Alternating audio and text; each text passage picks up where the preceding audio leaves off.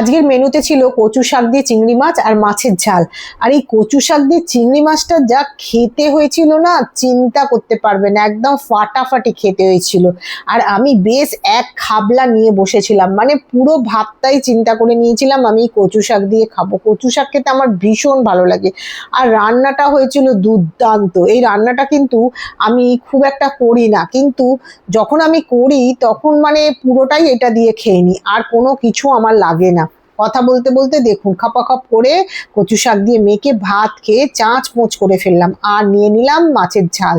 ঝালটাও খুব ভালো হয়েছিল, একদম হালকা পাতলা ঝাল হয়েছিল। আর নিয়েছিলাম আচ্ছা এই বড় লেজা। আর এই লেজার পেছনে একটা গল্প আছে। লেজা খেতে খেতে একবার আমার গলায় কাঁটা ফুটে গেছিলো। আরে বাস কি ব্যথা কাঁটা! সে মুড়ি খেয়ে ভাত খেয়ে কোনো রকমে জল খেয়ে কাঁটাটাকে গিলেছি, কিন্তু তা বলে কিন্তু আমি লেজা খাওয়া ছাড়িনি। লেজা আমি ঠিক খাবই।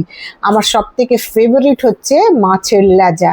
তাই আমি যখনই চান্স পাই এই লেজা খাই। একটু বেটে বুঝে খেতে টাইম লাগে, কিন্তু ঠিক আছে, তাও গলায় ফুটে যায়, তাও লেজা খাওয়া কিন্তু আমি ছাড়তে পারবো না।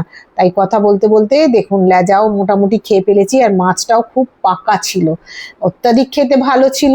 খাওয়াও কমপ্লিট হয়ে এলো, গল্পও শেষ, ব্যাস আর বেশি কাটাকুটি চেবাবো না, ওই লেজটুকুনি চিবিয়ে চাবিয়ে খেয়ে নিলাম।